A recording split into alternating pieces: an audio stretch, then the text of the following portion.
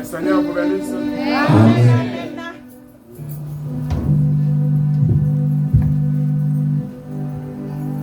Je vous salue ce soir au nom du Seigneur Jésus-Christ. Je vous salue au nom du Seigneur Jésus-Christ.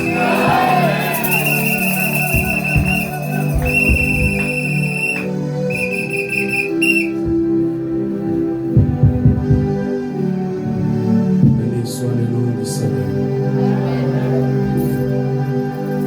Nous allons prier le Seigneur.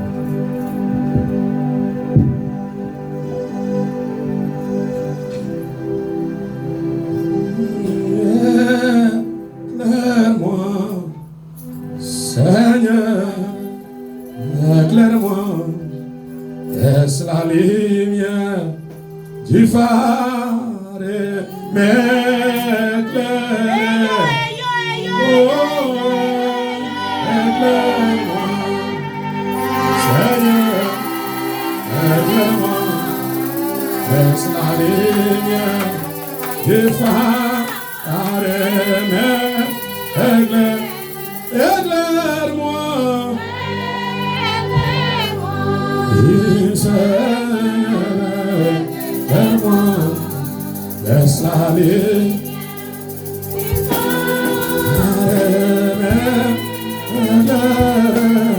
Jésus, éclaire-moi, Seigneur, éclaire-moi. Laisse la lumière du phare. Alléluia.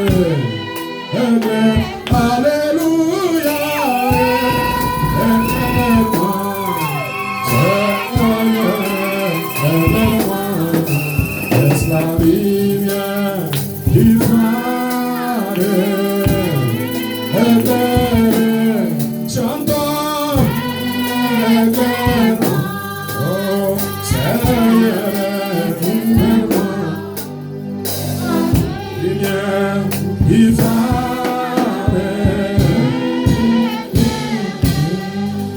Toi, le chef de tous les esprits,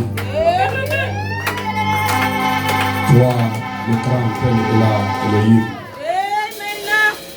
toi, la grande lumière brillante, ton nom c'est le Seigneur Jésus-Christ et qui brise toutes les chaînes. Seigneur, le moment est venu où nous voulons entendre un seul mot de ta part et cela nous suffira. Et si Seigneur Dieu de grâce, je condamne tout esprit qui ne confesse pas le nom du Seigneur Jésus-Christ venu en chair. Je libère la personne du Saint-Esprit, que cela puisse se mouvoir dans cet auditoire. Que toute autre puissance, oh Dieu, laisse que cela soit maintenant bouté dehors.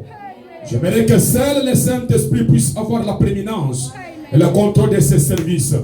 Je désactive tout ce qui avait été activé dans le monde des ténèbres et je déclare que la gloire de l'Éternel soit déployée ici. Père, impose ta supériorité. Lorsque toi tu parles, il n'y a personne qui peut résister. Seigneur, laisse-moi dire que ce soir, que cette réunion puisse marquer le début d'une nouvelle saison pour ce peuple. Dieu de grâce, Dieu de miséricorde, laisse vraiment que la terre puisse se taire, que le ciel parle.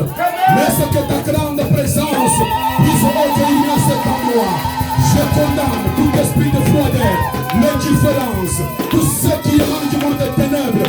Je déclare que cela soit bouté dehors au nom de Jésus-Christ. Et par l'autorité de me confère en parole, je déclare que ce service soit une glorification pour la gloire du Seigneur. Au nom du Seigneur soit Jésus-Christ. Amen. Amen. Que le Seigneur vous bénisse richement. Veuillez vous mettre un instant.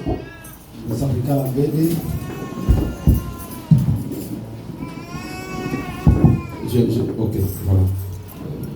Je voulais quand même utiliser ce micro parce que ça, c'est une qualité plus que ça. Voilà. Que le Seigneur vous bénisse. Amen. Vous sentez même que le son a changé, non? Voilà. Je vous salue ce soir au nom du Seigneur Jésus-Christ. Amen. Je vous salue au nom du Seigneur Jésus-Christ. Salut pour moi, votre voisin, dis-lui shalom. Que le Seigneur Jésus-Christ soit béni à jamais. Je suis très reconnaissant à notre pasteur, l'apôtre Zorobabel, pour la chance qu'il m'accorde ce soir de parler à sa place. Je dis, pasteur, que Dieu vous bénisse beaucoup. Soleil et vent, que le Seigneur vous bénisse pour votre présence. Amen. Ce soir, donc, il pleuvait là-bas au Bel Air. Je me disais que est-ce qu'ici il pleut aussi ou comment? Nous avons 4 jours. Que Dieu soit béni à jamais. Amen. Voilà. Je crois que le Seigneur écoute la prière. Voilà. Alors, je pense que nous avons un très grand sujet que l'apôtre lui-même a débuté la journée du jeudi. Je pense que le prophète David a parlé hier. Je n'ai pas eu l'occasion de l'écouter. Mais je crois que c'était merveilleux. Que le Seigneur le bénisse richement. Amen. Que le Seigneur le bénisse richement. Voilà, veuillez vous tenir debout. Nous pouvons ouvrir la Bible, c'est là dans Nombre chapitre 13. Je m'attends au Seigneur ce soir. Amen, amen. Nombre 13, la Bible dit: L'Éternel parla à Moïse et dit: envoie des hommes pour explorer le pays de Canaan. Vous n'interprétez pas? Ah, ok, ça va. Envoie des hommes pour explorer le pays de Canaan que je donne aux enfants d'Israël. Tu y enverras un homme de chacune des tribus de leur père, et tous seront des principaux d'entre eux. Je lis Josué 18, premier verset aussi. Toute l'assemblée des enfants d'Israël se réunit à Silo, et ils y placèrent la tente de l'assignation.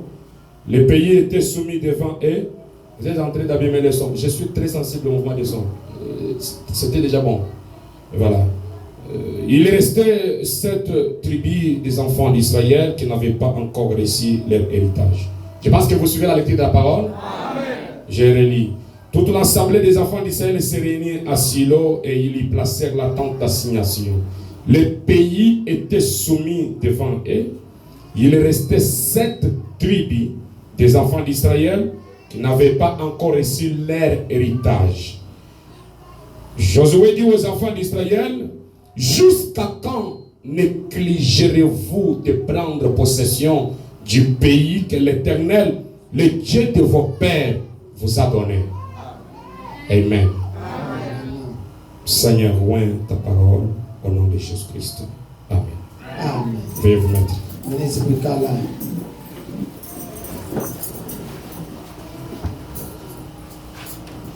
Je voudrais quand même savoir, est-ce que ce soir il y a des visiteurs qui sont venus pour la première fois, qui ne croient pas le message du prophète William Aaron Branham jusqu'ici? Nilipenda kujua eti kuko wageni wanakuja mara ya kwanza hawayaaminyaka ujumbe wa Nabii Branham. S'ils sont là, ils peuvent juste lever la main, on va les saluer. Kama beko wako basi tunyanyosha mikono hapo yulu tubalamkie. Wote bamifua Branham. Ah, Seigneur vous bénisse beaucoup maman. Bwana kubariki sana baba. Dieu vous bénisse beaucoup d'être venu. Bwana kubariki sana kwa kuja. Nous vous remercions beaucoup pour votre présence. Tunashukuru sana kwa uwepo wako. Nous voulons vous dire que Dieu nous a envoyé un prophète. Tunapenda kuambia kama Mungu alitumia kwa nabii. Son nom c'est William Marion Branham. Jina yake ni William Marion Branham. Il est venu avec un message pour le monde entier. Alikuja na ujumbe kwa dunia mzima. Ce message c'est un appel à sortir de la religion, des églises. Ile ujumbe na kutoka mu madini na makanisa. Il prépare un peuple qui doit aller dans l'enlèvement. Kuna tayarisha taifa ile inapasha kwenda kunyanyuliwa. Amen. Amen. Et si vous voulez aller dans l'enlèvement, Na kama unapenda kwenda kunyanyuliwa, vous devez croire le message du prophète Branham. Unapashwa kuamini ujumbe wa Branham. J'ai dit, vous devez croire le message du prophète Branham. Nasema unapashwa kuamini ujumbe wa Nabii Branham. Parce que le message de frère Branham est le seul message qui incarne la puissance de l'enlèvement. Kwa sababu ni ujumbe wa Branham ndio ujumbe moja yenyewe isha kujazwa na uwezo wa kunyanyuliwa. Tous les saints de la Bible, Watakatifu wote wa Biblia ils attendaient ce jour-ci. walianza kuchunga nini siku na Parce hii que ujumbe. quand frère Branham prêche les sauts, Juu wakati tuko pamoja na ubiri mihuri, il prêche à des auditoires. alianza kuhubiri kwa makanisa mbili. L'auditoire invisible, Kanisa ya kuonekanika, c'est-à-dire que tous les saints qui étaient en attente, manake watakatifu wote walianza kungojea. ils étaient en attente, ils attendaient ce jour ici. Walianza kungojea hii siku hii. Et quand il prêche, Wakati anaanza kuhubiri, oh béni soit le nom du Seigneur. amen. Alors que j'aimerais vous dire que vous avez fait bien de venir ici ce soir. Sasa napenda kuniambia kama mlifanya mzuri sana kuja hapa magharibi. Mais pour les croyants du soleil levant tabernacle, Lakini juu waaminifu wa kanisa Soleil Levant, ce soir ne teignez pas votre feu. hii magharibi msizime moto wenu. J'ai besoin que nous soyons tous en feu. Niko lazima tuwe si wote Vous mmoja. devez savoir chevaucher dans l'esprit, Na pia tupate kutembea Mungu. parce que nous sommes le peuple du livre ouvert.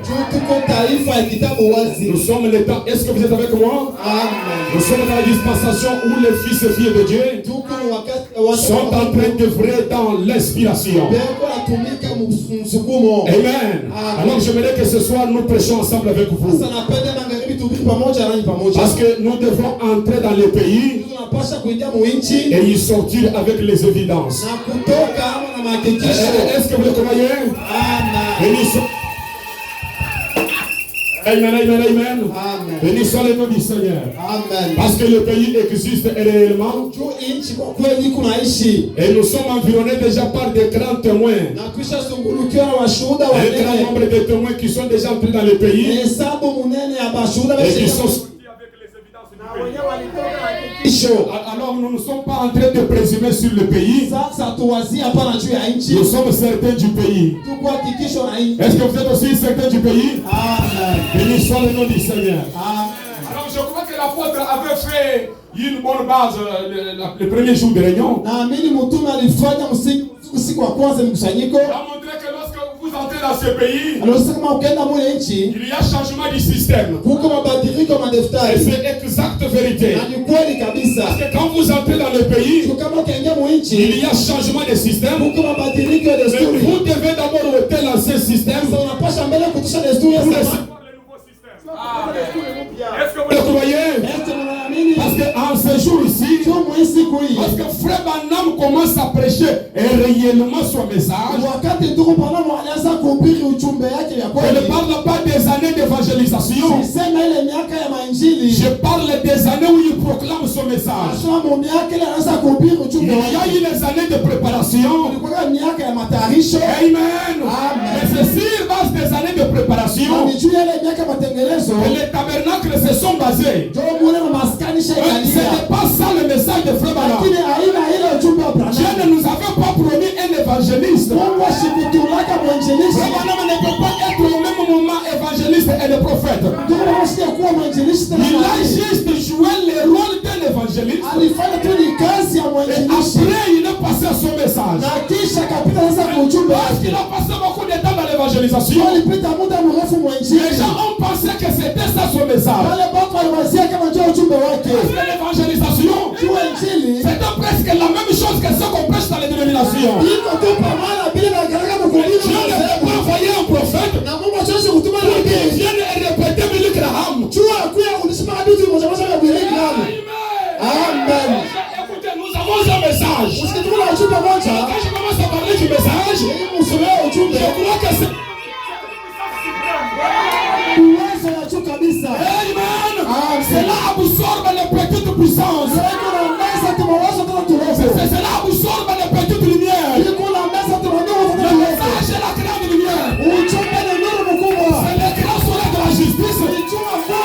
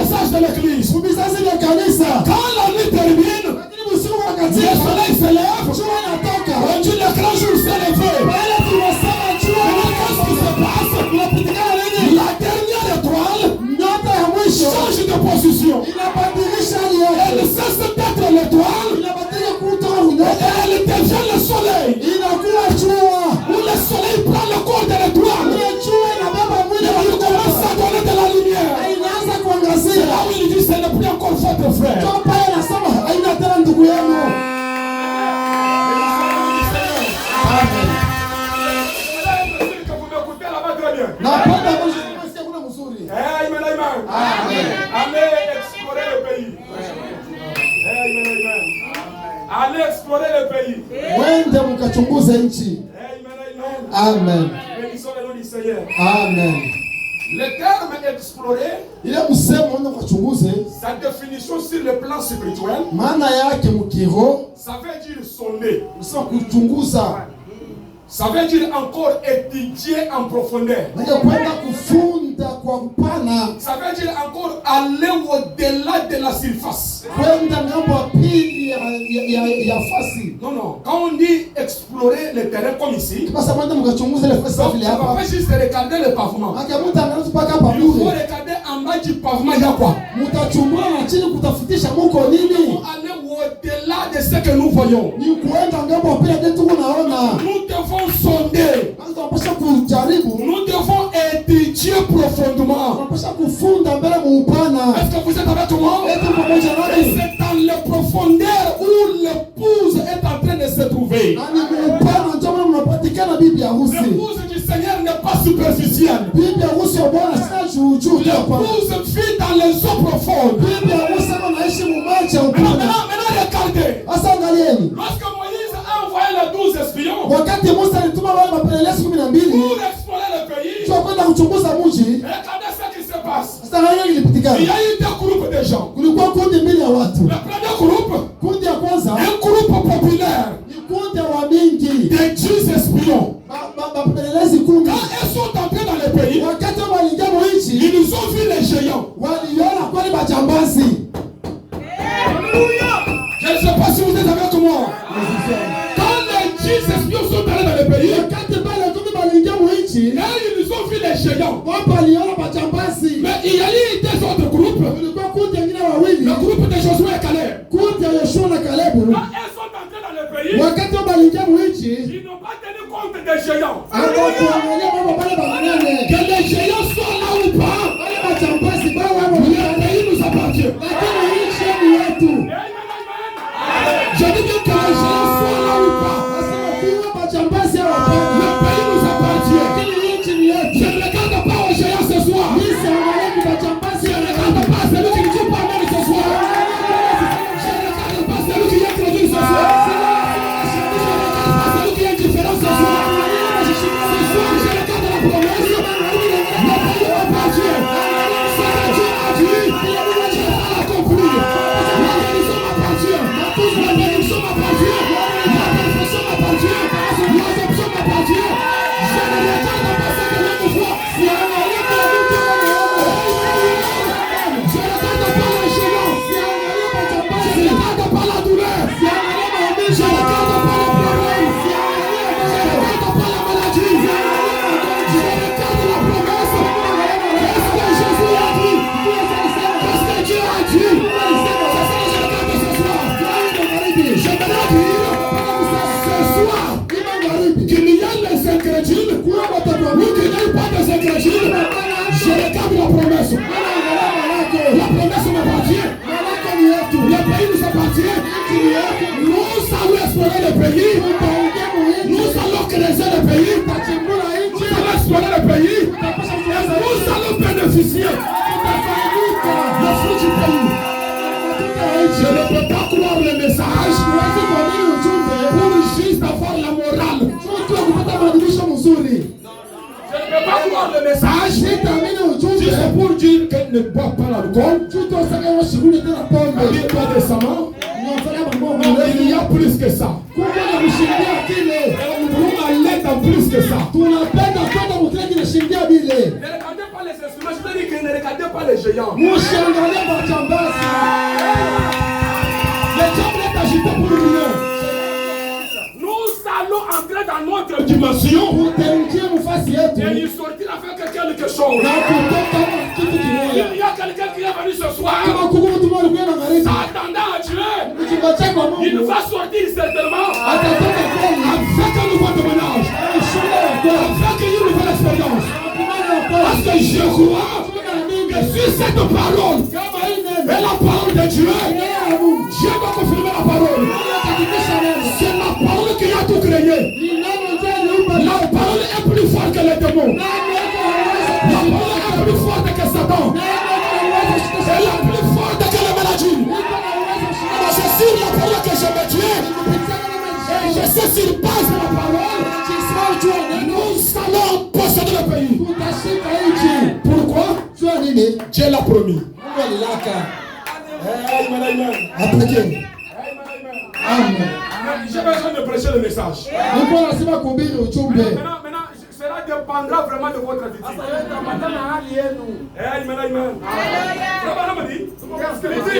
Dans le message combattre pour la foi. De 1956, paragraphe 10, il dit ceci. Il dit, écoutez, vous n'avez jamais vu un homme qui soit à la fois sobre et ivre. Hapana. Awia onaka muntu mwewe analewa et puis ashilewa. Donc on mangale acha kulewa mais en même temps ashilewa. Aliwezekana. Le prophète dit, vous n'avez jamais vu un oiseau qui soit à la fois tout noir et tout blanc. Une telle chose n'existe pas. Il n'y a pas de vrai et de faux mélangés ensemble. Il n'y a pas de vrai et de faux mélangés ensemble. C'est soit vrai, soit faux. Maintenant il dit, vous êtes ici dans un but. Est-ce que c'est vrai? Il dit, c'est de trouver quelque chose de bien. Est-ce qu'il y a ici quelqu'un qui est dans un but ici?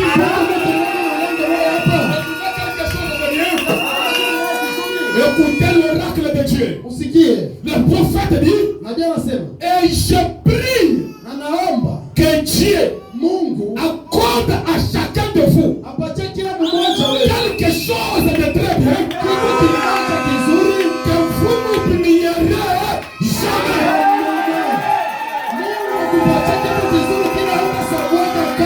Qui croit que les prières de Frère Branham sont exaucées? Il dit que Dieu donne à chacun de vous ce soir quelque chose de très bien que vous n'oublierez jamais. Quand Dieu donne, il donne certainement. Quand Dieu bénit, il bénit certainement. Alors je m'accroche à cette prière. Je m'accroche à cette prière du prophète.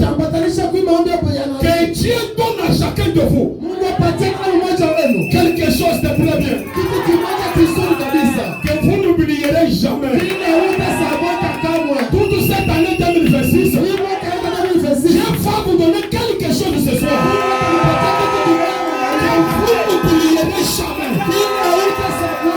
Je crois que Dieu va vous le donner. Ne regardez pas un homme ce soir. Soyez du côté de Josué et Caleb.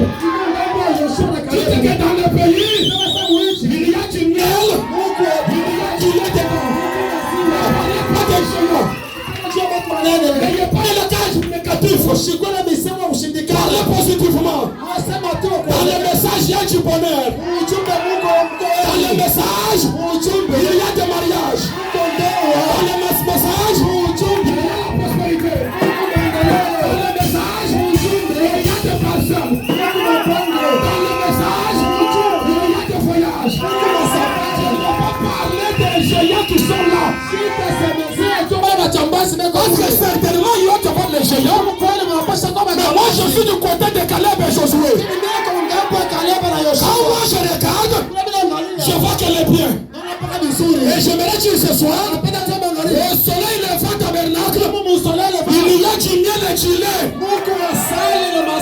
Est-ce que vous le croyez? Ne regardez pas les géants. Oh, dans cette église-là, le frère qui est là-bas, ce frère-là, on m'a fait beaucoup du mal. Je quitte l'église. Ce frère-là, c'est un géant. On ne regarde pas les géants. La sœur-là, elle m'a Elle m'a vraiment fait du mal. Je n'irai pas encore dans cette crise-là. Ça, c'est une géante. Josué et Caleb. Ne regarde pas ça. Ne regarde pas ça. Ne regarde pas ça. Quand il regarde, il voit la promesse. Il voit Dieu. Si Dieu l'a dit, Dieu peut le faire. Si Dieu l'a dit, Dieu peut l'accomplir. Si Dieu m'a envoyé ici, il y a une raison. Nous devons posséder mes castors. Je répète, nous devons posséder mes castors. Béni soit le nom du Seigneur. Écoutez mes amis, je suis un prophète du roi de la chair. Pendant que je parle, je prophétise. Parce que les prédicateurs du Nouveau Testament, ce sont des prophètes. Pendant que je parle, ne regardez pas un homme. Je suis un canal que Dieu est en train d'utiliser ce soir pour votre délivrance, pour votre guérison, pour votre élévation. Croyez-moi, en tant que serviteur de Dieu, quelque chose doit arriver. Dieu doit nous donner ce soir quelque chose de bien que je n'oublierai jamais. Regardez.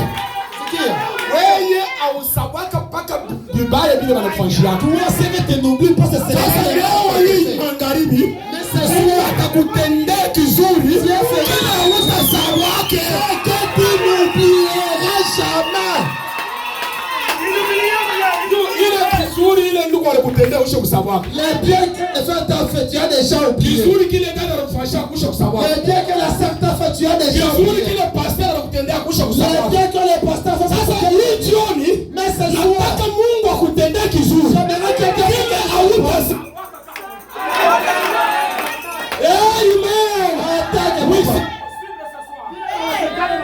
C'est possible ce soir. Amen, amen. Alors j'aimerais être ce soir. Vous n'allez pas regarder les géants. Amen. Vous n'allez pas regarder les géants, n'est-ce pas? Avançons. Maintenant, nous allons essayer de couvrir le pays là, c'est quoi? Parce que quand on parle qu'aller explorer le pays, quelqu'un peut penser que le pays là, c'est peut-être les États-Unis, peut-être c'est la Zambie. Mais nous allons explorer ensemble pour voir que le pays là c'est quoi. Et si le pays là, si nous connaissons le pays, nous allons maintenant entrer dedans. Parce que ce soir ici, je n'aimerais pas que ça soit un seul espion qui part dans le pays. Si vous avez remarqué, je lis dans Nombre, et je lis dans Josué. Dans Nombre, c'est juste 12 qu'on a envoyés dans le pays. Mais dans Josué, on parle maintenant à tout le peuple. Vous devez posséder le pays. Maintenant, ce n'est pas l'affaire maintenant du pasteur seul. Ce n'est pas l'affaire des diacres seul. Ça devient notre affaire à nous tous. Nous devons maintenant entrer dans le pays. Il ne doit pas attendre maintenant les évidences du pays en dehors du pays, non. Ce n'est pas le temps d'attendre les évidences du pays en dehors du pays. Maintenant, pour manger les évidences du pays, il faut entrer dans le pays. J'attire votre attention. Amen. J'attire votre attention. Regardez les enfants d'Israël. Quand ils étaient en Égypte, ils avaient une sorte de nourriture qu'ils mangeaient. Quand ils sont allés dans le désert, il y avait une autre sorte de nourriture qu'ils mangeaient. Et quand ils sont entrés dans le pays, il y a eu une autre sorte de nourriture qu'ils mangeaient. 3 sortes de nourriture. En Égypte, ils mangeaient les ails et autres.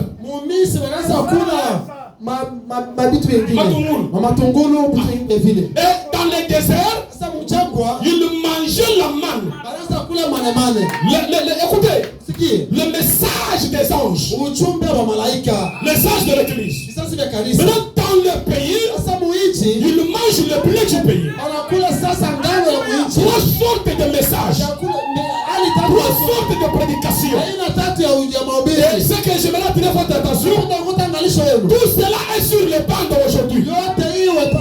Il y a une partie où il y a les anges de l'Égypte. Et il y a une partie où il y a le message du désert. Et il y a une partie où il y a le message du pays. Dans l'église où toi tu parles là, quel est le message qu'on te prêche? Parce que William prêche un message du pays. Et reconnaître votre jour et son message.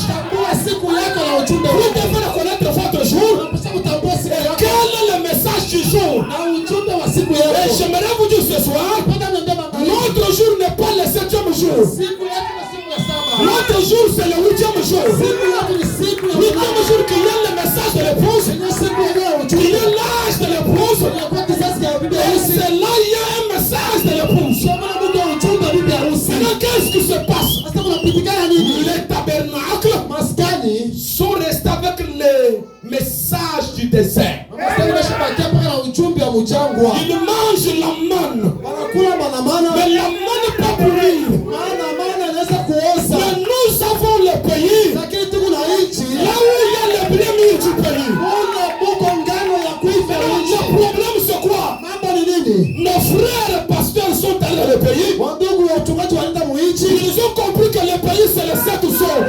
Quand ils essaient d'explorer, ils disent que c'est difficile de prêcher le sol.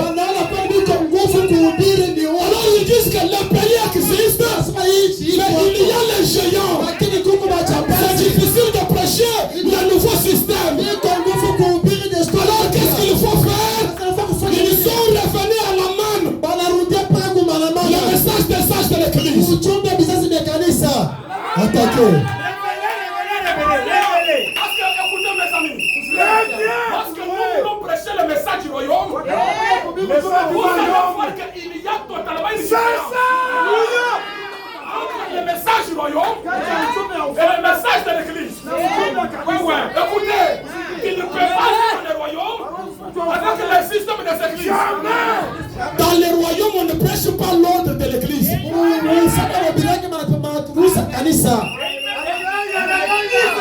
Vous n'avez pas compris. Je répète, dans le royaume, on ne prêche pas l'ordre de l'église.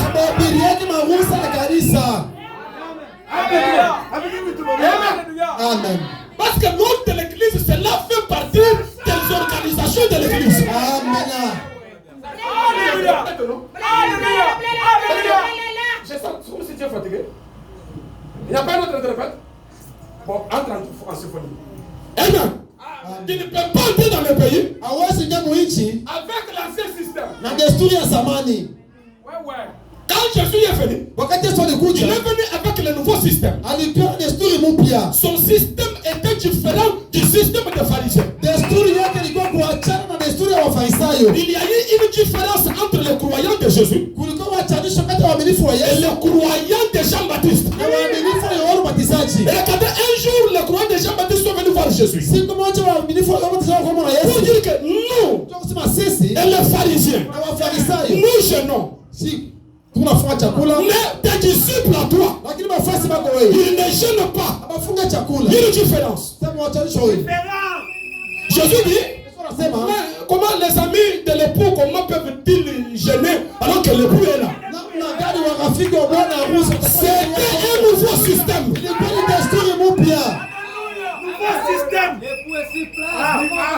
sais pas si vous comprenez.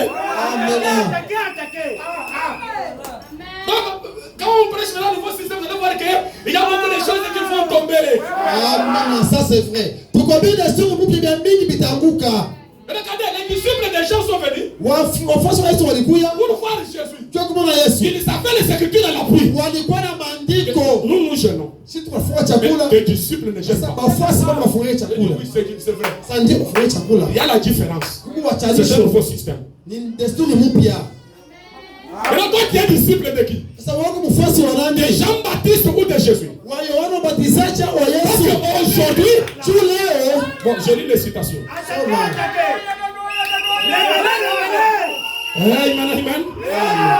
Il doit y avoir la différence. Les gens qui étaient, écoutez, les gens qui étaient disciples de Jean-Baptiste, ils avaient qu'un baptême de repentance. Mais Jésus avait un nouveau baptême. C'est pourquoi j'aimerais que vous compreniez que quand le pasteur a prêché le nouveau système, il y a les conséquences qui suivent ça. Amen. Tu ne peux pas être disciple du royaume. Donc tu ne peux pas être en même temps croyant de Jésus, en même temps membre de synagogue. Et j'avance. Tu ne peux pas être en même temps croyant de Jean-Baptiste, en même temps croyant de Jésus. Non. Quand Jean-Baptiste pointe le doigt à Jésus, il y a eu les gens qui ont quitté Jean-Baptiste pour suivre Jésus. Et maintenant, quand notre Jean-Baptiste va pointer Jésus, il y a les gens qui restent toujours attachés à Jean-Baptiste. Alors que maintenant, le même corps de Jean-Baptiste, c'est le corps de Jésus.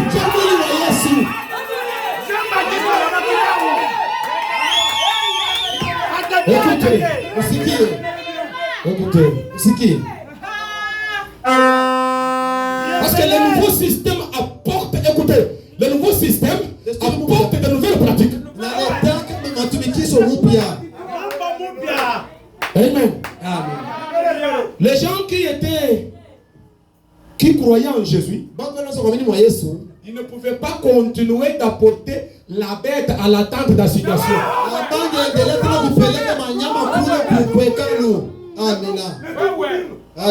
On ne peut pas faire ça. Croire Jésus, l'agneau de Dieu qui va te représenter le monde, et continuer d'apporter l'agneau à la tente d'assignation. On se croit une chose de son contraire. Amen. Laissez-moi, j'ai une illustration ici, je vais vous dire. Béni soit le nom du Seigneur. Alors nous devons voir que est-ce que nous sommes dans l'ancien ou nouveau système. Amen. Frère Maman me dit quelque chose ici. Je ne sais pas qu'il n'y ait pas de nissonable. Voilà. Amen. Le nouveau système du royaume. C'est là, il y a beaucoup de conséquences, des choses qui sont abolies. Donc vous devez être prêt d'avancer avec le nouveau système. Amen. Vous devez accepter de mourir à l'ancien système. Vraiment, on m'a dit que Paul aille à mourir à l'Ancien Testament pour recevoir la nouvelle naissance, le nouveau message. Amen. Et maintenant, ici, vous devez mourir aux deux anciens testaments pour recevoir le nouveau message du troisième testament. Amen. C'est ça, est-ce que vous le croyez? c'est ce que moi je crois. Oui. Frère me dit ici, lorsque Jean-Baptiste est venu, il a commencé à prêcher. Il ne guérissait pas le malade. Et quand son ministère a commencé à bien œuvrer, au même moment, le ministère de Jésus est entré en scène. Maintenant, frère Branham me dit, qu'est-ce qui se passe ici? Il dit ici, les deux hommes sont sur la terre maintenant. Qui? Jean-Baptiste et Jésus. Maintenant, au moment où le ministère de Jean-Baptiste commence à bien œuvrer, au même moment, le ministère de Jésus entre en scène. Maintenant, là, il y a déjà changement de message. Il y a changement de système. Alors, vous devez quitter Jean-Baptiste pour être maintenant disciple du Messie. Et rester attaché à Jean-Baptiste, c'est être pécheur, même si vous n'allez pas dans des boîtes de nuit.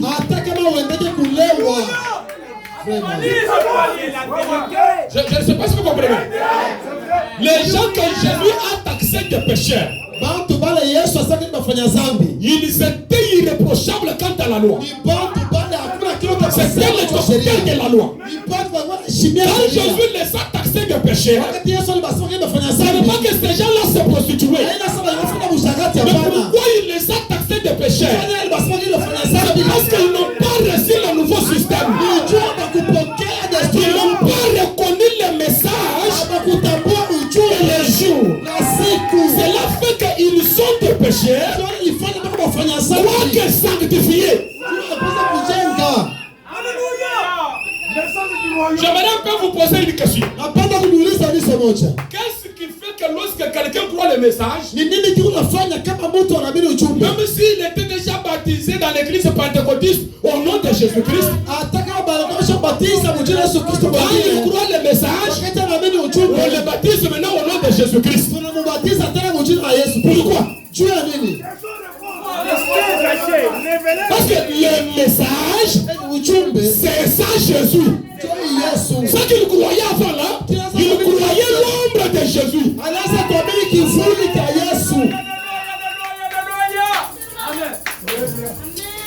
Que Dieu nous aide vraiment. Je risque d'aller dans d'autres eaux profondes, mais j'ai besoin de me focaliser un peu ici. Attaquez. Alors maintenant, regardez mes amis. Frère Manon dit ceci. Dans le message intitulé Israël à la mer Rouge. Vous savez, si vous lisez la parole juste telle qu'elle est, c'est bien. Mais vous en manquerez sûrement les significations. Exactement. Donc c'est pourquoi notre message n'est pas dans le noir-blanc.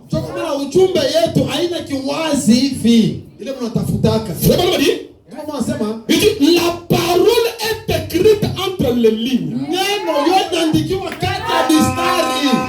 Jésus dit, je l'ai caché aux yeux des sages et des intelligents, et je l'ai révélé aux enfants qui veulent l'apprendre. Ce séminaire de théologie ressemble simplement à ces sacrificateurs d'autrefois et aux souverains sacrificateurs à tous les autres qui lisaient la parole mais qui ne voyaient pas que Jésus était le Christ. Actualisons, hein? Qui lisent les brochures mais qui ne voient pas le nouveau système.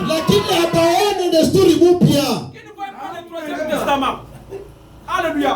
J'aimerais vous dire que le nouveau système a beaucoup de conséquences. Si vous regardez le pasteur Jésus, il était le modèle du nouveau système. Quand Jésus est venu, il n'a pas fondé une église. En réalité, dans le nouveau système, il n'y a pas d'église. C'est le temps d'un disciple de mettre avec ses disciples. C'est le temps d'initiation. Amen. Regardez, Jésus n'a pas eu d'église. Il n'a pas eu même de diacre. Il était un pasteur, mais pas un dictateur. Le nouveau système. Je ne sais pas si vous êtes là. Un pasteur, mais pas un dictateur. Bon, j'aimerais écouter. Je prêche ici librement parce que je connais ce que le pasteur croit. Amen. Vous savez pourquoi les pasteurs ne veulent pas prêcher le message du royaume? Parce que le message du royaume est depuis d'abord le pasteur.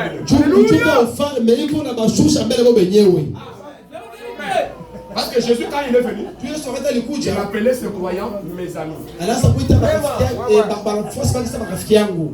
C'est vrai. Le nouveau système. Mais au synagogue, tu ne peux pas t'approcher. Tu ne peux pas. Nouveau système. Avance. Israël a Kadesh Barnea. Israël a Kadesh Barnea. Paragraphe 82.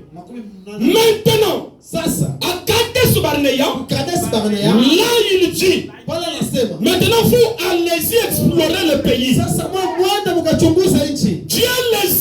Dieu les envoya.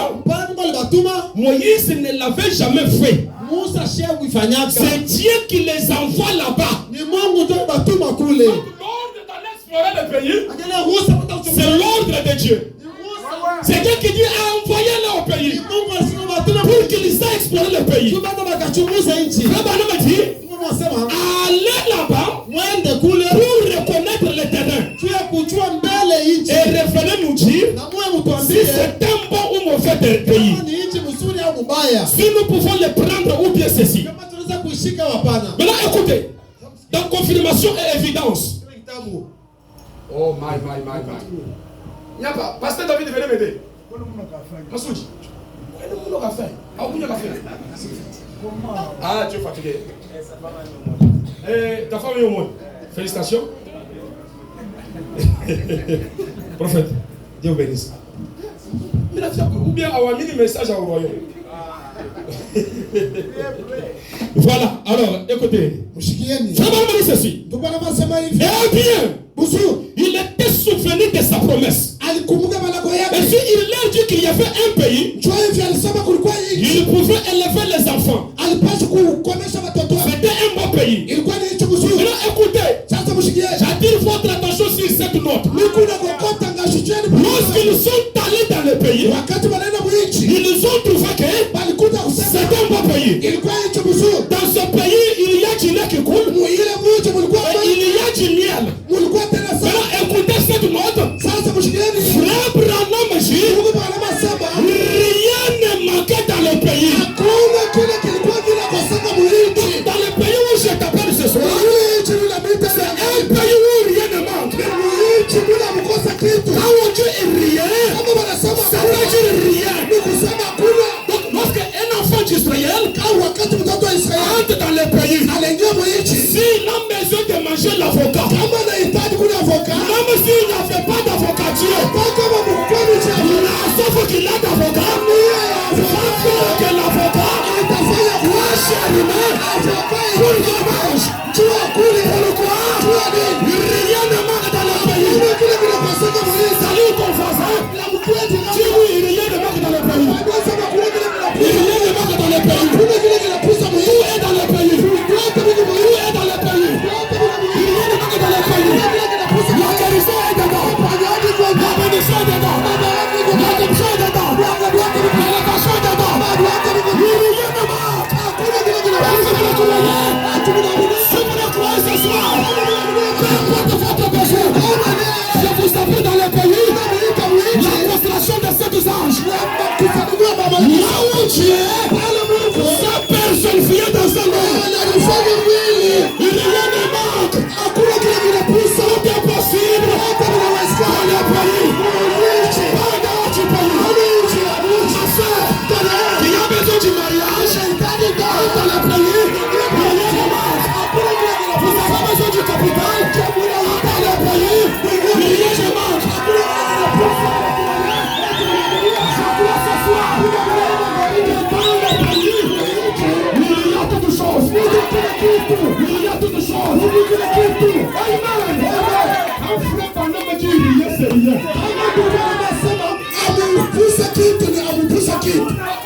Dans le pays, quoi besoin de changer un jour kingo. Tu n'as pas besoin qu'on te fasse des incisions. Alléluia. Amen. Alléluia. Amen. Dans le pays, il y a la sécurité. Dans le pays, il va acheter le mauvais sort. Dans le pays, il va dire sur toi. Il ne va t'atteindre. Pourquoi? Tu as dit tout est dans le pays. Tout est dans le pays. Tout est dans le pays. Vous avez besoin des enfants. Vous n'avez pas de dans le pays. J'ai besoin du capital. Dans le pays.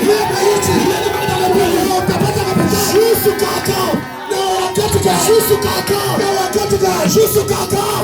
Vous allez rester en dehors du pays. Dans le pays. Dans le pays. C'est là où les vieillards rajeunissent.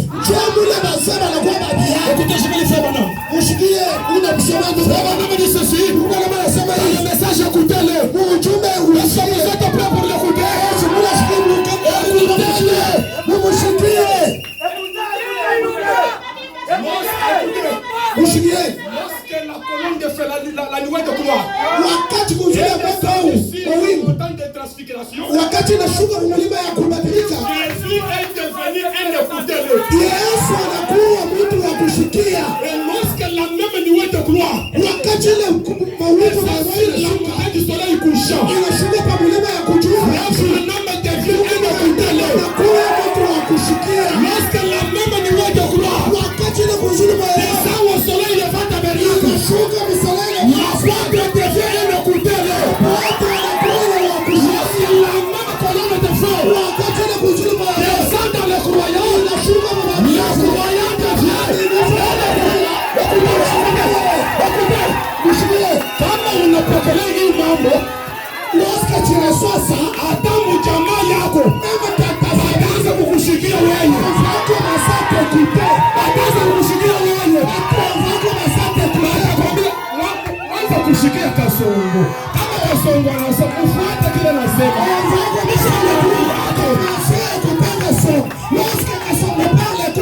Kasongo anakuwa mtu wa kushikia. Ukikatala unapata mambo. Kasongo anakuwa ene kutele. Ce soir, vous allez sortir mtatoka ene kutele. Mtu wa kushikia ene kutele. Mtu wa kushikia ene kutele. Mtu wa kushikia ene kutele. Mtu wa kushikia sababu alisema tout le ciel derrière toi. Pendant que je parle, quelque chose vient de s'installer. Tous les cieux sont derrière moi. S'il y a quelqu'un malade, je te donne la guérison. S'il y a quelqu'un avec un problème, je t'accorde la solution. Même la vie éternelle, je vous l'accorde. Je vous l'accorde. Je vous l'accorde. Je suis un écouteur. Je suis un écouteur. Je suis devenu une chose avec la parole. Amen. Glory to Jesus.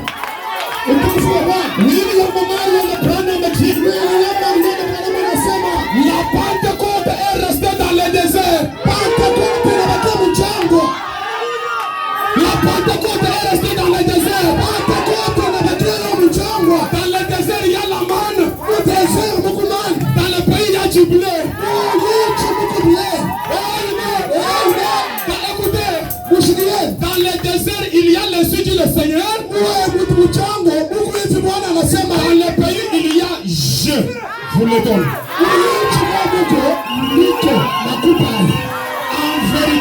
En vérité, je vous le dis. Mais dans le désert, il y a la maison de Dieu inasema tunaona kaburi kumbele yako. Là-bas, la maison de Dieu vient de dire on a vu la tombe devant toi. Après dans le pays, mais ici dans le pays, nakwambia sema j'enlève la tombe. J'enlève la tombe là. Est-ce que vous le croyez? Souffre d'un homme dit, comme la Pentecôte est restée dans le désert.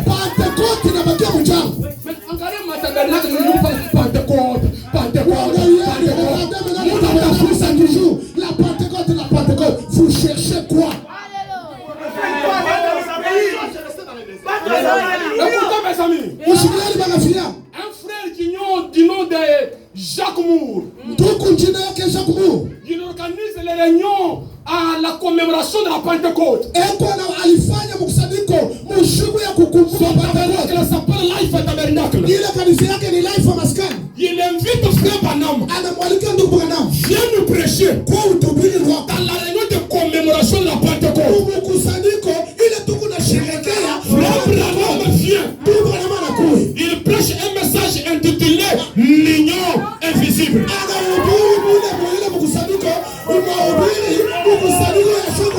Au paragraphe 15 de ce sermon, frère Branham dit: vous allez un peu me supporter. Parce que Jacques Moore, c'est un frère qui me reçoit à bras ouverts. Alors ici, je vais prêcher un peu de doctrine. Quand il commence à prêcher, il dit la Pentecôte est morte.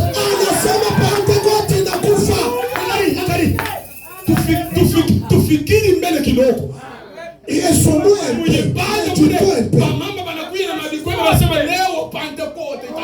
Dans l'église où les gens sont venus Pentecôte mecha kufa. Et frère Branham frappe disant la Pentecôte est déjà morte. Et il dit, s'il y a quelque chose dont nous devons être reconnaissants à Dieu, ce n'est pas la Pentecôte, c'est l'ouverture des sceaux. Est-ce que vous la croyez? La Pentecôte est restée dans le désert aujourd'hui. La même chose. Errant ça et là sur la même colline. Avez-vous déjà pensé à ce qu'ils ont fait? Ils ont marié les jeunes. Ils ont enseveli les vieux. Et regardez la condition des tabernacles actuels. Ils n'ont pas avancé dans le nouveau système. Ils sont restés là, tout autour des fêtes ecclésiastiques. C'est l'anniversaire du pasteur, on fait des réunions. L'anniversaire de l'église, on fait des réunions. Ce sont les fêtes ecclésiastiques.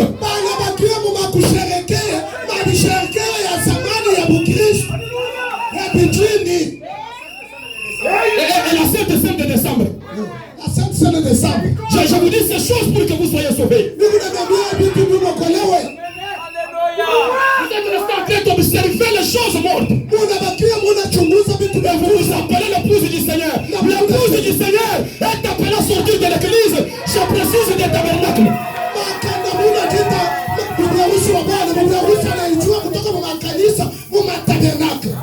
Amen. Ils ont embrassé le bébé. Ils ont eu l'écriture des chants. Ils ont prospéré cette année. Mais, écoutez bien. Mais, frère, donc, il y a un pays promis où tout est possible à celui qui croit. Il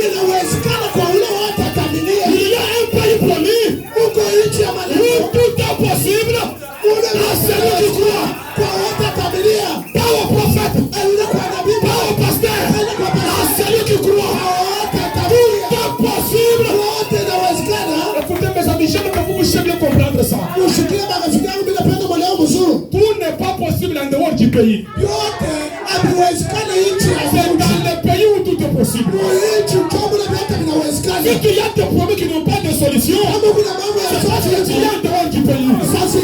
Si tu continues dans le pays ce soir, tout est possible dans le pays. Dans le pays, il y a la puissance des nations. Dans le pays, tout est possible. Je crois que s'il y a quelqu'un qui croit, qui va entrer dans le pays, il va sortir ce soir avec la parcelle, avec les véhicules, avec tout ce que vous avez besoin. Je suis venu ce soir pour vous bénir. Tout est possible dans le pays. Est-ce que vous le croyez? Et regardez, en Genèse 11, le papa d'Abraham Terach, il est mort en Genèse 11. Et il avait l'ambition d'aller à Canaan. Canaan. alikuwa na nia ya kwenda Mkanani. Quand il est arrivé à Charan, Wakati anafika Usharon, il s'est installé là-bas. anaikala hapo. Il a construit les maisons. Anajenga manyumba. Il est mort là-bas. Anakufa. Aussitôt qu'il est mort, Wakati anakufa, en Genèse 12, Msheneza tu. Dieu vient à Abraham. Mungu anamkuja Il dit, quitte le pays anamwambia où ton père t'a laissé. J'ai un autre pays. Dans ce pays, la stérilité de Sarah va terminer. Là où ton père t'a laissé, là où ton père t'a laissé, il a laissé Sarah toujours stérile. Là où ton père t'a laissé, il a laissé ton promesse sans solution. Un appel vous est lancé ce soir. De quitter là où ton père s'est arrêté.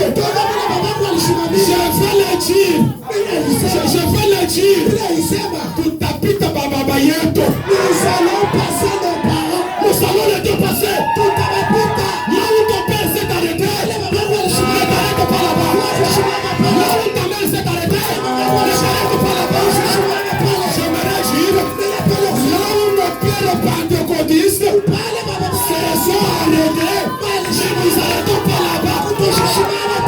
Avançons. Allons dans le pays. Nous te poussons dans le pays. Parce que tu voyais, tu peux dépasser ton père. Kama baba yako alikufa bila kuuza motoka, wewe utauza. Kama baba yako alikufa asiyatoka RDC, wewe utatoka. Écoutez, je suis fier de le dire ici. À cause de frère Branham, je suis le premier de ma famille de sortir le pays. À cause de frère Branham. Est-ce que vous le croyez? Est-ce que vous le croyez? Écoutez, est-ce que vous le croyez? Nous allons le dépasser.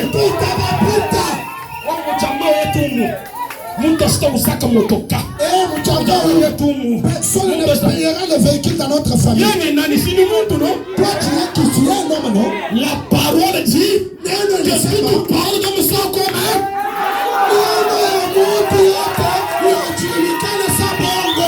Dans notre famille, on dit qu'il n'y aura personne qui fera quelque chose. Ça va commencer par toi. Ça va commencer par toi. Ce soir, je prends le pain de Sabino Canyon. Je coupe la lumière du terre. Je coupe la lumière du terre. Je coupe la lumière du terre. Je coupe la lumière du terre. Je coupe la lumière du terre. C'est la tombe maintenant. C'est la tombe maintenant. C'est la tombe maintenant. Est-ce que vous le croyez? Moi, j'ai déjà dans la salle. Tout est possible. J'établis déjà le pays ici. Tout est possible maintenant. La maladie peut disparaître. Est-ce que vous le croyez? Même le corps peut disparaître. Tout est possible. Dans le pays qui peut sortir différemment ce soir. Je pêche depuis le pays. Soleil levant. Avancez. Avancez. Avancez. Avancez. Avancez. Je vais le dire. Si ton capital n'avançait pas, ce soir, en tant que fils de Dieu, je t'ajoute le capital. Je t'ajoute le capital. D'ailleurs, il y a un frère de mon église ici. Un jour, il est là. Il est venu, j'ai prié pour lui.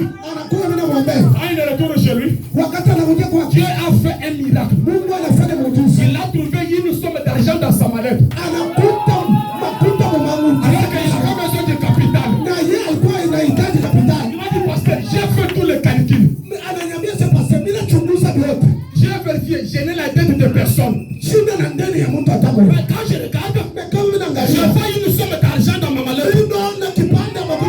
C'est ce que tu es venu chercher, non? J'ai pas créé. Je le crois. Écoutez, Dieu est celui qui connaît le poisson qui a l'argent sur l'intérieur. gani? Est-ce que vous avez bien compris? J'aimerais la dire ouvertement. Ninapenda kuitangaza. Zambi kujumanya affaire ujufuta moto kwa. Biashara bila lipa hii. Il faut te dire que ce soir, lorsque tu vas sortir ici, va acheter le maïs, tu viendras vendre ici. Et tu vas le faire, tu auras du succès. Pourquoi? Tout est possible dans le pays. Tout est possible dans le pays. Regardez. Lorsque Jacob était à la fin de sa vie, il a dit à Joseph, Joseph mon fils, je suis prêt à mourir. Je sais que Dieu va vous visiter. Vous quitterez l'Égypte. Mais promets-moi que tu ne vas pas m'enterrer en Égypte. Tu ne vas pas m'enterrer en Égypte. Joseph dit, je te promets, je ne dois pas t'enterrer en Égypte. Je dois t'amener dans le pays. Écoutez, s'il y avait un enfant d'Israël là-bas qui ne connaissait pas la vision prophétique, il ne pouvait dire, pourquoi kubeba mishuko ya hivi? Manake kama tunamshika tu hapa bitafanya nini? Pourquoi prendre les eaux même la charge comme ça? Si nous l'enterrons ici, ça va faire quoi? Manake makanisa mwote hakuna kusema ni Mungu no, tunaweza kwenda kama Mzambe malamu no. Est-ce que il faut pas que tuamini ujumbe? Est-ce que il faut pas que tuamini Branham? Est-ce qu'on a dit Dieu n'est pas dans toutes les églises? Est-ce qu'on a dit qu'on doit voir seulement Branham? Jacob a fait la vision. Jacob a fait la honte. Quelqu'un n'avait pas la vision, peut dire, mais on peut l'enterrer ici. Les eaux vont puer et puis transporter les eaux de nos morts. Vous n'avez même pas lapidé. On l'enterre ici, non? Jacob alikuwa na honto. Mtu mwingine alipaswa kusema tulipaswa kumshika hapa. Mama mifupi iko na nunga. Tutaenda na hii mzigo wapi? Ndio maana nasema c'est l'église il n'y aura pas la résurrection. Kanisa mtakuwa ufufuko. Dans le tabernacle il n'y aura pas la résurrection. Kanisa mtakuwa mafufuko. La résurrection c'est dans le pays. Ufufuko ni mwinchi. Amen. C'est dans le pays. Mwinchi. La résurrection devait avoir lieu. Jacob savait cela. C'est pourquoi il a dit, Joseph mon fils, ne m'enterre pas ici. Dans les âges de l'église. Amène-moi dans les sept sceaux. On va dire, pas seulement prêcher la parole de Dieu dans l'ensemble, il faut seulement prêcher les sceaux. C'est les sceaux qui apportent la puissance d'enlèvement.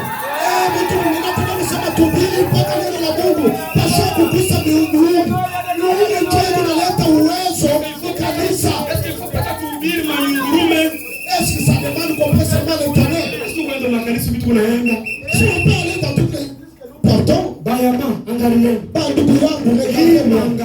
Ce soir ici, il y a des saints. Il y a des saints dans l'enfer.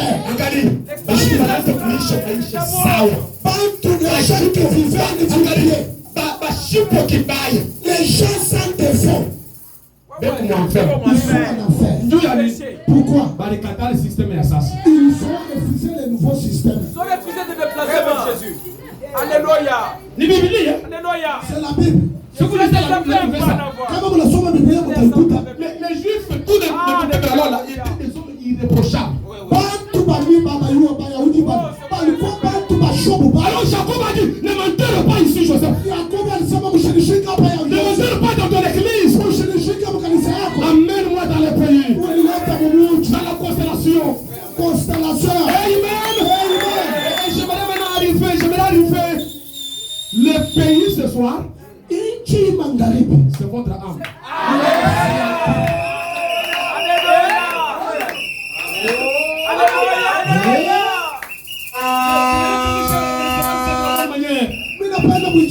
Le pays ce soir, c'est votre âme.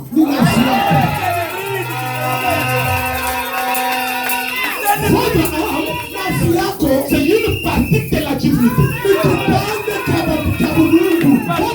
âme a quelque chose dont vous avez besoin.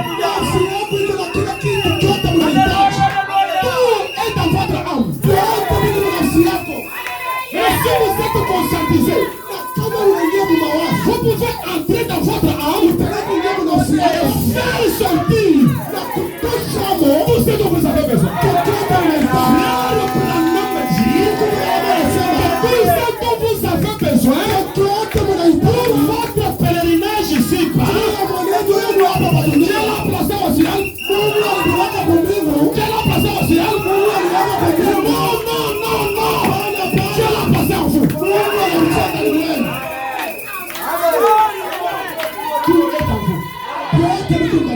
Parce que wewe Mungu kambeko.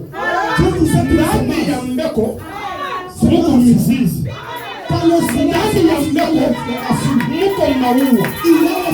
Ndani ya mbeko Mungu mchi. Ndani ya mbeko Mungu mbeko nyingine.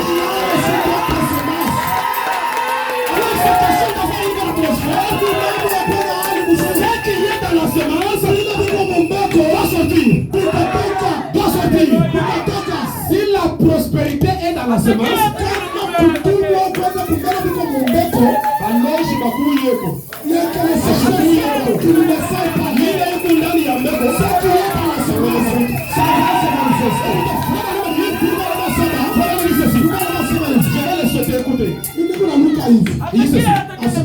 quand Joseph est mort, il a dit, ne m'enterrez pas surtout ici. Ne m'enterrez pas ici. Pourquoi? Il dit, Dieu est Dieu partout. Mais dans son adresse. Il a un plan. Alléluia.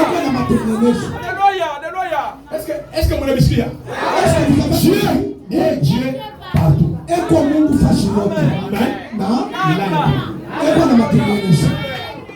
Alléluia. Pour être Dieu partout, il est partout.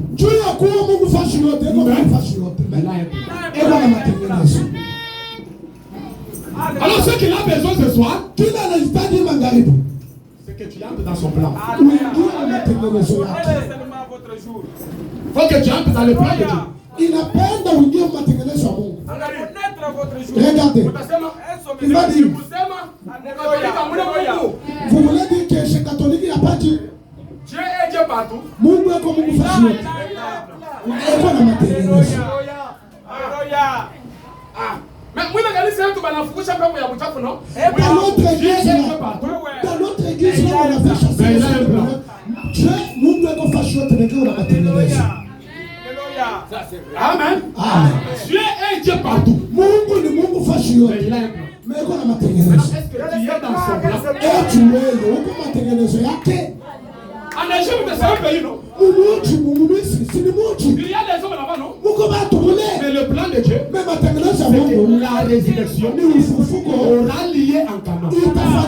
Pas en Égypte. Ça, c'est le plan de Dieu. Alors, si tu restes en Égypte, même si tu gênes 100 jours, la résurrection n'est pas en Égypte.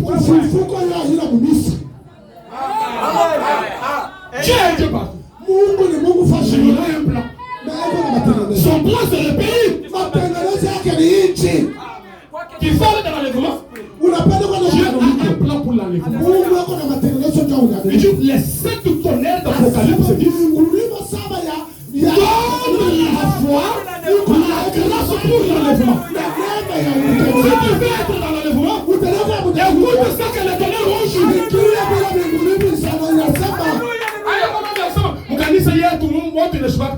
Dieu est Dieu partout. Mais il a un plan.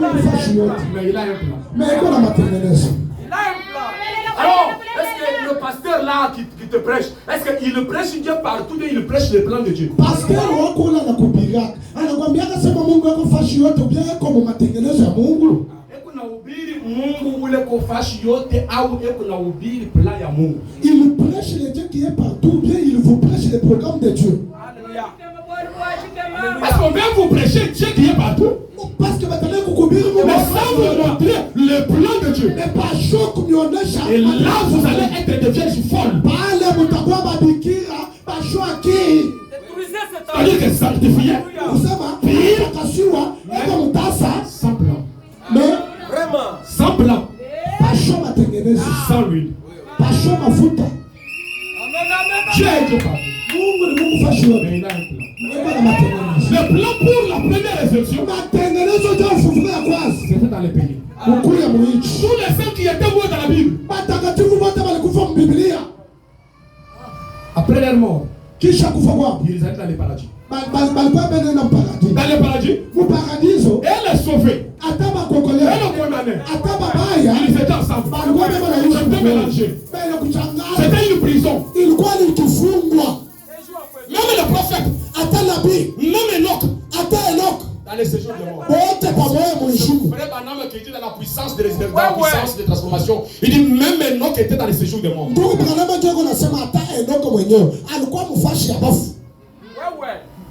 Pourquoi?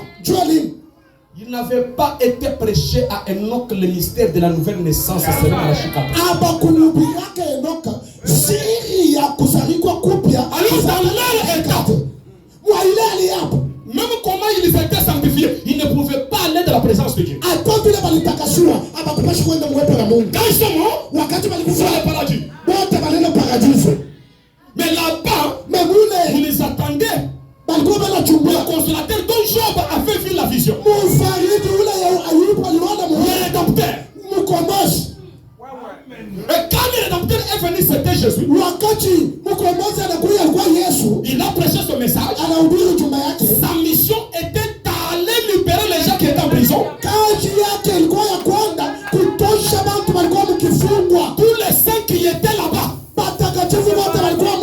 Alors quand Jésus est mort, il est allé dans les séjours de mort. Et c'était Satan qui était à la porte. Écoutez, Satan a un mouton à misa. Shetani anaweka Moïse en prison. Enoch en prison. Eli en prison. Bana banabi wote mnayoba mu Ancien Testament.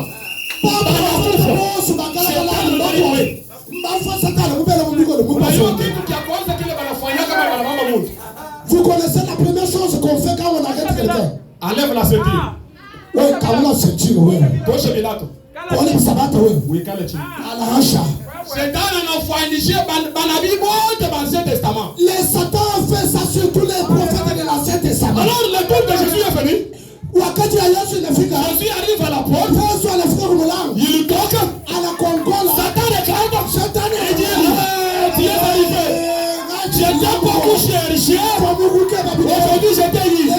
Aussitôt que Satan ouvre la porte, Jésus tacle.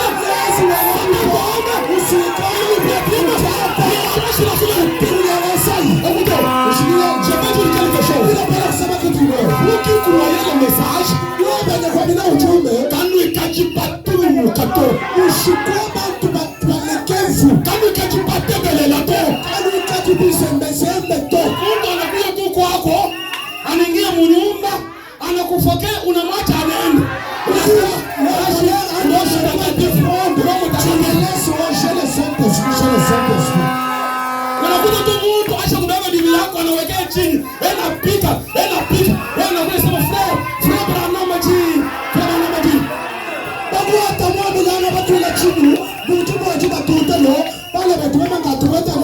Jésus l'a arraché la clé. Il l'a taclé.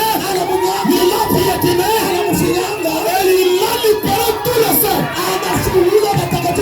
Il a supprimé le paradis. Il a renfermé Satan dedans. Écoutez. Écoutez bien. Cela se passe quand? Le vendredi saint. Je suis en Matthieu 27. La Bible dit, au moment où Jésus s'est mouru, il a lâché le cri. Lorsqu'il a lâché le cri, le voile du temple s'est déchiré en deux. Je vous demande, quel rapport y a-t-il entre le cri et le voile du temple?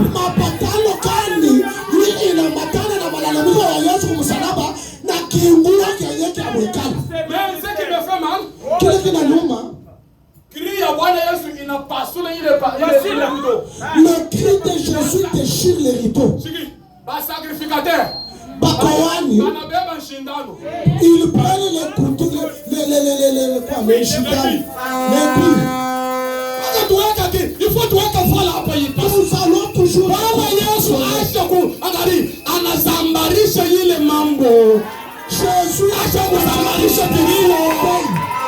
Jésus a déjà dispersé le pays. Le message est merveilleux. Nous continuons à nous donner la route. Branham a aboli le système des églises. Les pasteurs sont en train de recoudre le système de l'église. Frère Branham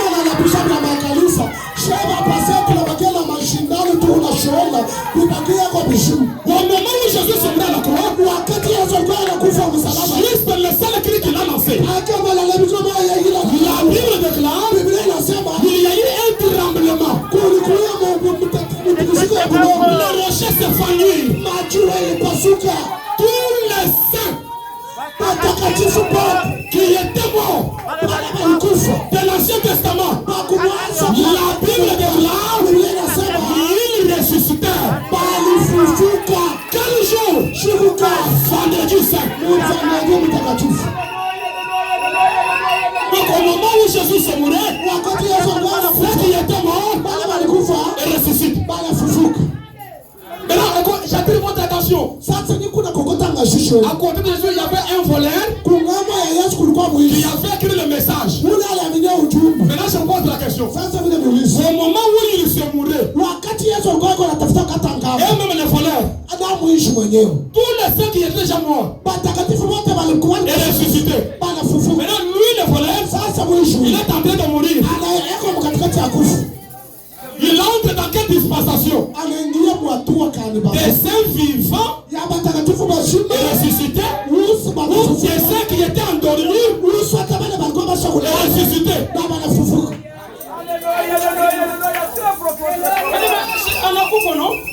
Il vient de mourir.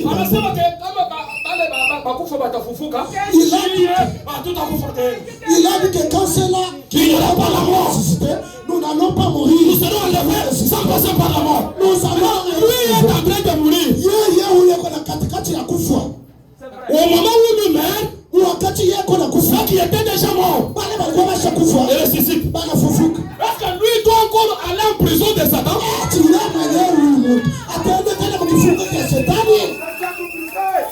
vous nous voyez? Est-ce que nous l'avons dit?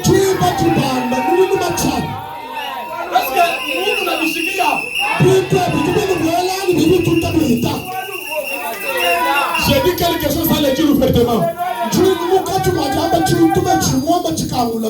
Au moment où nous sommes ici, Frère Banama dit, je le lis.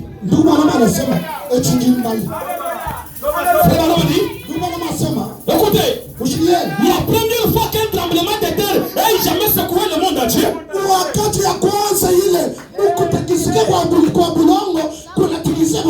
c'était le vendredi saint. La dernière fois que cela a secoué la terre, c'était un autre vendredi saint. Vendredi saint Gabi, il y a quoi vendredi? Il y a pire nanani. Le premier vendredi avec Jésus, le deuxième avec Branham. Écoutez, c'était un autre vendredi saint. Le vendredi, pourquoi a-t-elle secoué? Dieu a dit à l'étiquise. Parce que les gens avaient rejeté leur Messie. Il pose maintenant la question. Pourquoi elle a encore secoué? Écoutez, les gens ont fait la même chose. L'âge de la Odyssée. Il y a eu votre vendredi saint. Vous avez rejeté votre Messie. Et cela a secoué le monde. Tous les saints qui étaient morts sont ressuscités. Le frère m'a dit, la puissance de la résurrection est finie. Tous ceux qui étaient morts sont ressuscités. Je ne sais pas si vous le croyez. Tous ceux qui sont dans le pays, ils sont ressuscités. Parce que écoutez, le cri du roi porte le corps. Le corps parole. L'évidence du pays. Le corps. Un corps où il n'y aura pas de vieillesse. Un corps où il n'y aura pas de maladie. Ça c'est l'évidence du pays. Lorsque Christ descend, il fait ces trois choses au moment où il descend. Et quand il descend, même les saints qui étaient dans la sixième dimension, il les récupère. Il vient avec sur la terre. Écoutez mes amis, ils doivent venir sur la terre pour écouter le son. Parce que c'est le son qui leur donne le corps, qui va les permettre d'entrer dans la présence de Dieu. Pendant que je prêche, un nouveau corps se forme en vous. Le corps de la parole. Écoutez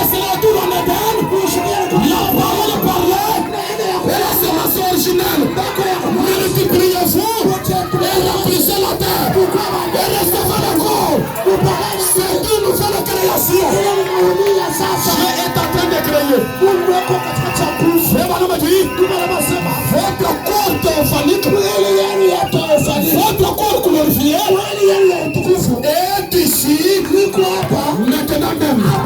Pendant que je parle, c'est le corps glorifié qui vous donne une énergie. Lorsque ce corps est malade, c'est votre corps glorifié. Je le déclare ce soir que votre corps glorifié influence votre vie. Que votre corps glorifié, alléluia, que votre corps glorifié absorbe la vie négative. Que votre corps glorifié, j'aimerais dire, dans le pays, il y a le corps qui ne meurt jamais. Dans le pays, il y a le corps qui ne tombe pas malade. Si vous le croyez, c'est ça le mystère de la nouvelle naissance. Vous recevez ce que Marie avait rêvé dessus. Frère Branham dit, la parole est dans l'épouse comme elle était à Marie. Pendant que vous êtes ici, vous avez la parole en vous. Et cette parole qui est en vous, c'est ça le nouveau corps. C'est ça la nouvelle création. Est-ce que vous le croyez? Lorsque cette tente tombe, vous continuez dans ce nouveau corps. C'est un corps incorporé dans un autre corps. C'est ça le mystère de la nouvelle naissance. J'aimerais dire à ceux qui sont vieux, vous n'êtes pas du tout vieux. En vous, il y a un corps jeune. En vous, il y a un corps jeune.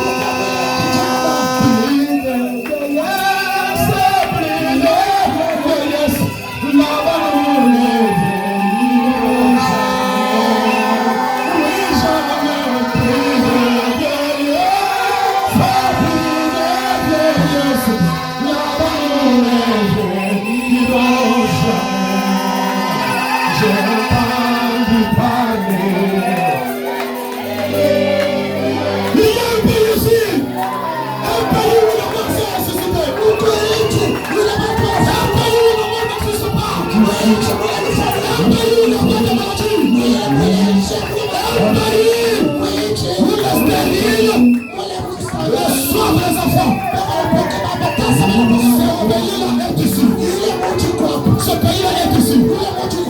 Il n'y a pas la vérité. Il n'y a pas de vérité. Il n'y a pas de vérité. Cela est dans le pays. Ce soir, je vous invite dans le pays. Il faut que vous soyez en prière. Il y a des manques dans le pays. Il y a des manques dans le pays. Ce pays, mes amis, n'est pas loin de vous. C'est cette atmosphère que vous sentez. Si tu t'abandonnes, cette maladie va te quitter. Si tu t'abandonnes, cette oreille qui n'entendait pas, elle va entendre maintenant. Oui, parce que je crois. L'amour doit reconnaître la voix du berger. La voix du berger. La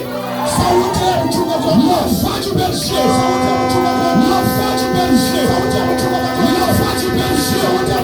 La voix du berger. C'est le cri de l'ange. La voix de la résurrection. Et tout ce qui est mort, je prononce la parole. Soyez respectueux. Je crois maintenant qu'il y a la possibilité que tu recommences un nouveau départ.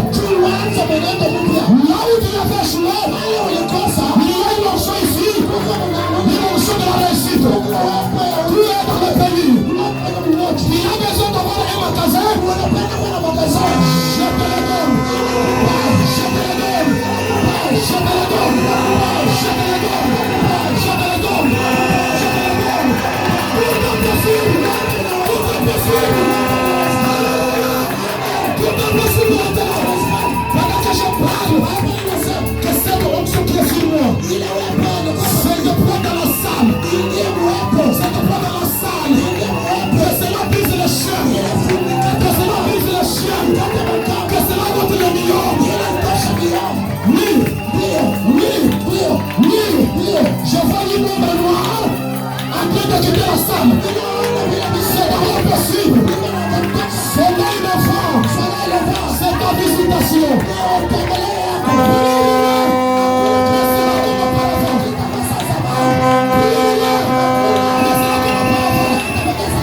La puissance qui fait prospérer ici.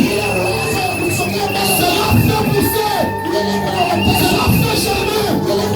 C'est la fait germer. Pendant que je parle, s'il y avait une maladie, oui, je crois. Vraiment me dit, je vais dire ça. Soyons debout, soyons debout. Vraiment me dit, est-ce qu'il y a les gens de Frère Banam ici? Est-ce qu'il y a les hommes de Frère Banam ici? Croyez cette parole. Frère Banam me dit, est-ce qu'il y a les hommes de Frère Banam ici?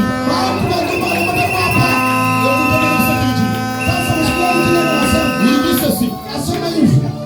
Je ne permettrai jamais à aucun de mes hommes de manger ou de commander. Je ne permets jamais à aucun de mes hommes de commander. Est-ce que vous êtes les hommes de Frère Banam? Que la vie de commander, je ne vous permets jamais.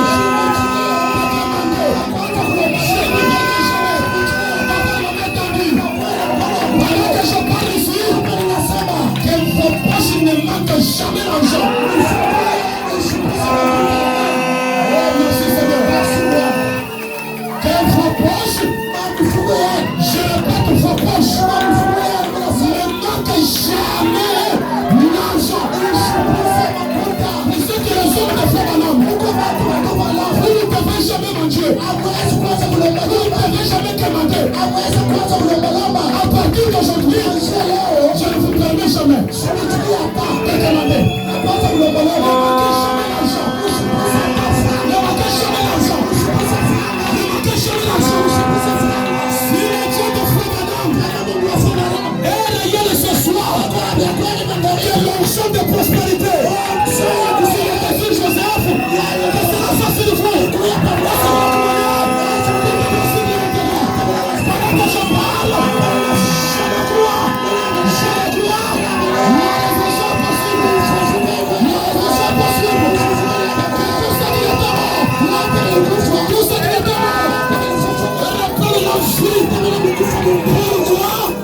Dans le pays, il y a la résurrection. Au nom de Jésus-Christ, soyez bénis. Pendant que nous sommes debout, nous allons fédérer cela. Plus de vieillesse. Plus de vieillesse. Plus de vieillesse. Plus de commander. Plus de souffrance. Plus de misère. Plus de maladie. Plus de disette. Plus de location. Plus de location.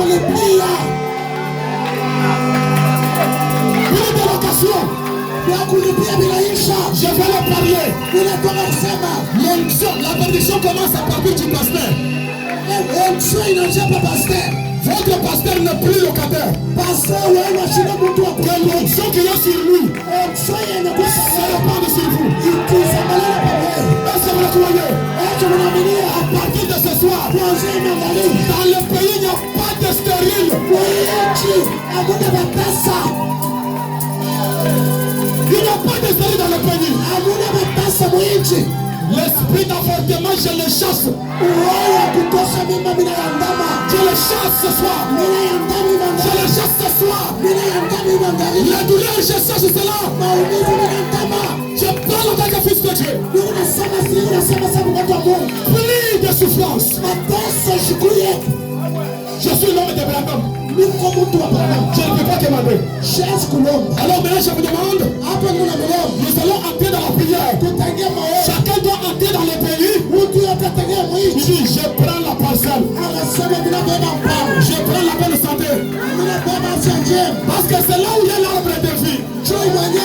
mti ya uzima. L'arbre de vie qui a fleuri. Mti ya uzima ile inaota. Entrez dans le pays. Uingie mti huu. Prenez votre bénédiction. Beba baraka yenu. Je prends mon mariage. Ninabeba ndoa yangu. Je prends mon voyage. Ninabeba sasa za kusafiri. Je prends tout ce dont j'ai besoin. Ninabeba yoyote mnahitaji. Je prends le capital. Ninabeba capital. Je prends cela ce soir. Ninaibeba hii magharibi. Tout est dans le pays. Yote niko mwingi. Il y a des manques dans le pays.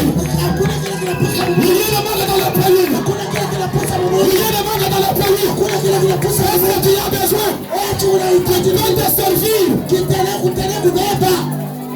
Tu peux te servir. Kutele kunibebea. Et chacun a terminé dans la prière. Mungu yotengia maombi. Oui, ce soir, Hii magharibi. je vais me servir. Ninatoka. Je n'attends pas qu'on me serve. Sipenda manisaidie. Je n'attends pas qu'on me serve. Sipenda manisaidie. Je prends. Ninajibebea. Je prends. Ninajibebea. Je prends. Oui, tu l'as. Je prends. Je prends. Ninajibebea. Je prends. La paix nous s'appelle.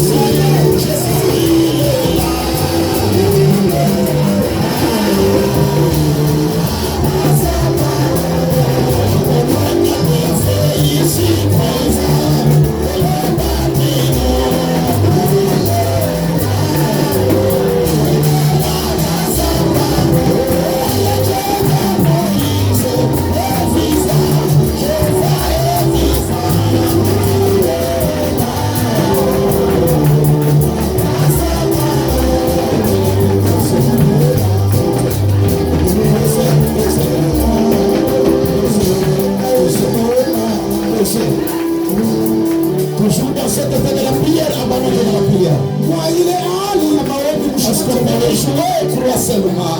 Tutacheza kwa ajili ya bure. Est-ce que la note peut me jouer croire seulement? Wakati wewe unatuchezea amini ya bure. Est-ce que tu y as cru là où tu es là?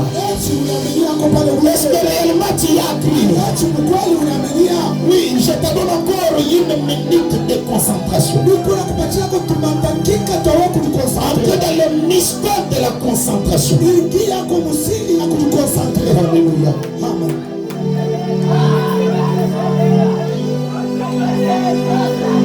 Alléluia. Alléluia.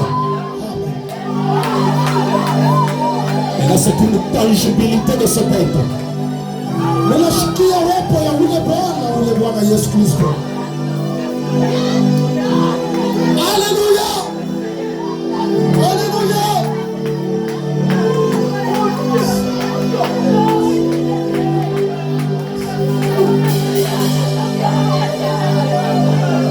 Oui, crois seulement quelque chose pour envahir. Kama unaaminia bure kile kitu kitaenda kukukusa. Alléluia. Alléluia. Alléluia. Amen.